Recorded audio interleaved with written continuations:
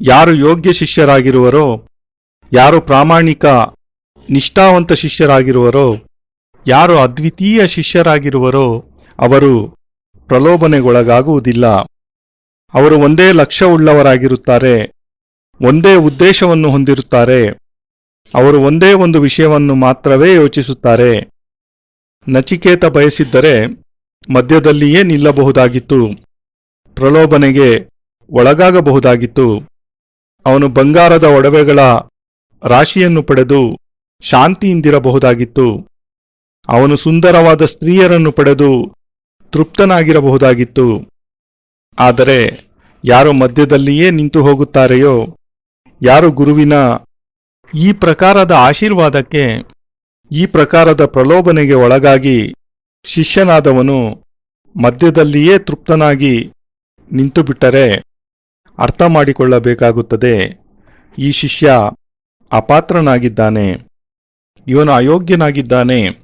ಈ ಶಿಷ್ಯ ಬ್ರಹ್ಮವಿದ್ಯೆಯನ್ನು ಪ್ರಾಪ್ತಿ ಮಾಡಿಕೊಳ್ಳುವ ಅಭಿಲಾಷೆ ಉಳ್ಳವನಲ್ಲ. ಬ್ರಹ್ಮವಿದ್ಯೆಯನ್ನು ಪ್ರಾಪ್ತಿ ಮಾಡಿಕೊಳ್ಳುವ ಸಾಮರ್ಥ್ಯ ಇವನಲ್ಲಿಲ್ಲ. ಇವನಲ್ಲಿ ಚೈತನ್ಯವಿಲ್ಲ, ಇವನಲ್ಲಿ ಜೀವಶಕ್ತಿ ಇಲ್ಲ.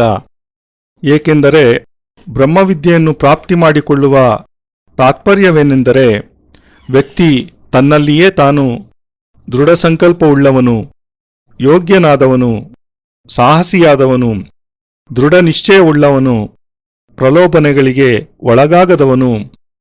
ಈ ದಿನ ಬ್ರಹ್ಮವಿದ್ಯೆಯನ್ನು ಕಲಿತು ಅನಂತರದಲ್ಲಿ ಅವನು ಪ್ರಲೋಭನೆಗೊಳಗಾಗುವಂತಾದರೆ ಅವನಿಗಿಂತ ಹೆಚ್ಚಿನ ಶಕ್ತಿಹೀನ ಕಳಪೆ ಶಿಷ್ಯ ಮತ್ತಾರೋ ಆಗುವುದು ಸಾಧ್ಯವೇ ಇಲ್ಲ. ಇಂದು ಬ್ರಹ್ಮವಿದ್ಯೆಯನ್ನು ತಿಳಿದವನು ಅತಿ ಕ್ಷುಲ್ಲಕ ಸ್ವಾರ್ಥವೊಂದರಿಂದ ಪ್ರೇರಿತನಾಗುತ್ತಾನೆಂದರೆ ಅದರಿಂದ ಅದೆಷ್ಟು ದೊಡ್ಡ ನಷ್ಟ ಉಂಟಾಗಬಹುದು. ಇಂದು ಬ್ರಹ್ಮವಿದ್ಯೆಯನ್ನು ತಿಳಿದವನು ಶಿಷ್ಯನೊಬ್ಬನು ಸ್ತ್ರೀಯರ ಮೋಹಪಾಶದಲ್ಲಿ ಸಿಲುಕಿದ್ದಾನೆಂದರೆ ಅದರಿಂದ ಅದೆಷ್ಟು ಅನರ್ಥ ಉಂಟಾಗಬಹುದು. ಆದ್ದರಿಂದಲೇ ಶಿಷ್ಯನನ್ನು ಪರೀಕ್ಷೆಗೊಳಪಡಿಸುವುದು ಅತ್ಯಂತ ಅವಶ್ಯಕವಾಗಿದೆ. ಅವನನ್ನು ಶಿಕ್ಷಿಸುವುದೂ ಸಹ ಅಗತ್ಯ ಹಾಗೂ ಅನಿವಾರ್ಯವಾಗಿದೆ.